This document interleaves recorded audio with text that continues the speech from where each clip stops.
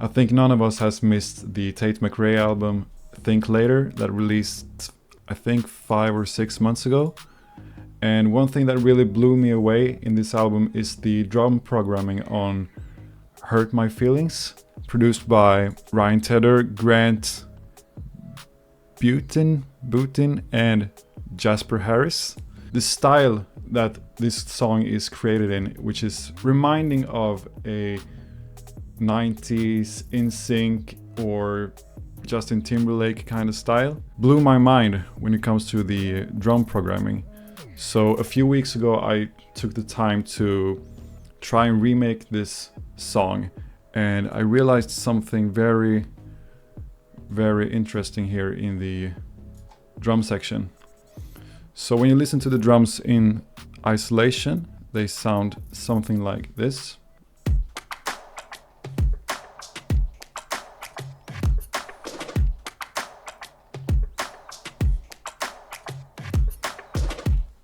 And with context, it sounds like this.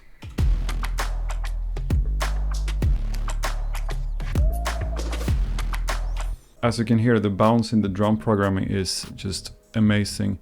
And what I found is that that kind of bounce is created through a bunch of layering, but also at the same time, it feels simple because they have, this is just my version of it, but I have one kick and 1, 2, 3, 4 different snares.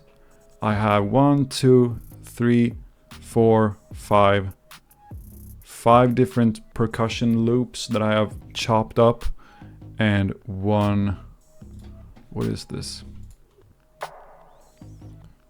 Just a filtered down reverby snare. And all of this put together makes this kind of bouncy sound.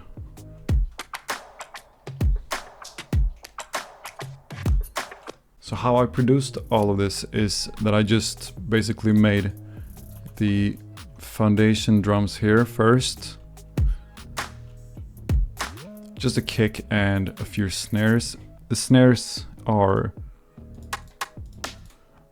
one cashmere snare, of course, one Oliver clap, one neon kind of clap, all of which are from Splice. And then I just went on to Splice and found some different interesting sounding percussion loops. They didn't necessarily have to be in the right bounce. I just wanted some interesting kind of, drum sounds. So I found a bunch of those loops that I then chopped up. This green right here is one of them. I chopped it up and I put all of the transients where I wanted them to be, just to kind of create a similar bounce that they had in the original track. And as you can see, when the green one here is layered together with the green one here, which is more of a dull kind of dance hall loop, I think, is layered together with these claps, mouth claps here. They create much more of a watery sound, which is very pleasing to the ear. These two loops are then grouped together with this one, which is a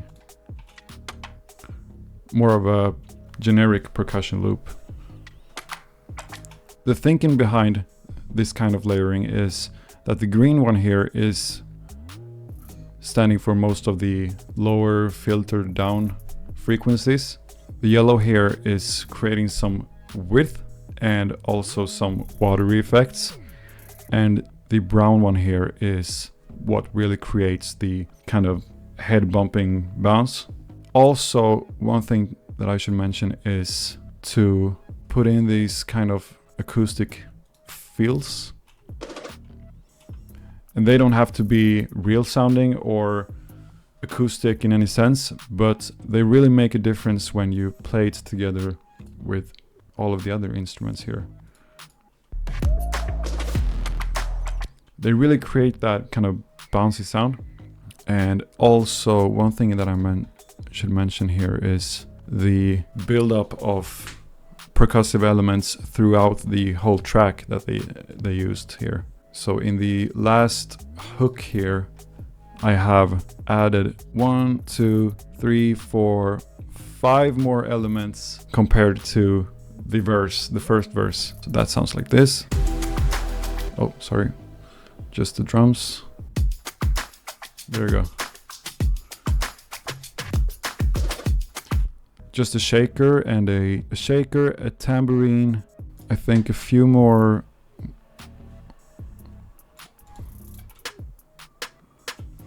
One more snare, a trap snare. And just a very simple trap hi-hat as well. All of this together creates a very thick and bouncy sounding drum production. Also, this one I should mention, the saturator here. This is, I'm pointing at the screen, you can't see that. But the saturator here is a Ableton stock plugin, if I'm correct.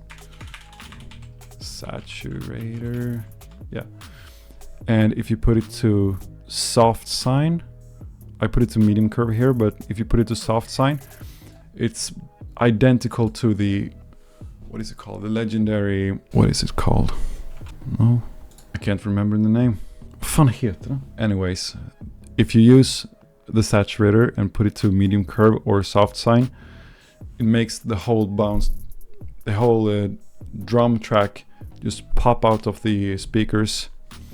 And you should also put a little bit of drive on here just to make it slap a little more. If I play it with and without,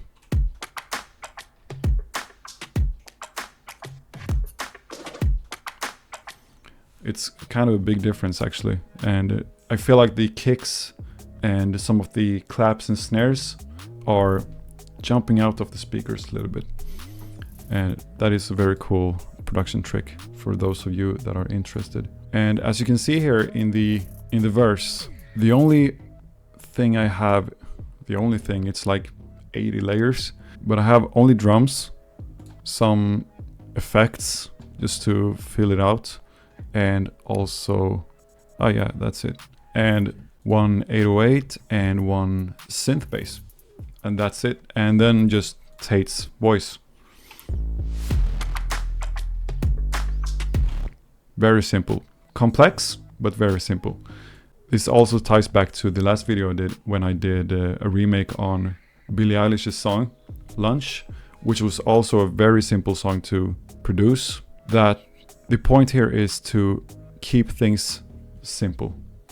Because this right here is, even without all the drum production and all the fancy stuff, is a good song. And if the song isn't good enough, as it is, then you probably should make another song that is good enough. Because whatever production tricks I show you here, or whatever production tips you already know, they won't work at all if the song isn't good enough. So that's how they created such a unique and bouncy drum production in Tate Mcrae's song Hurt My Feelings. And thank you for tuning in, and till next time.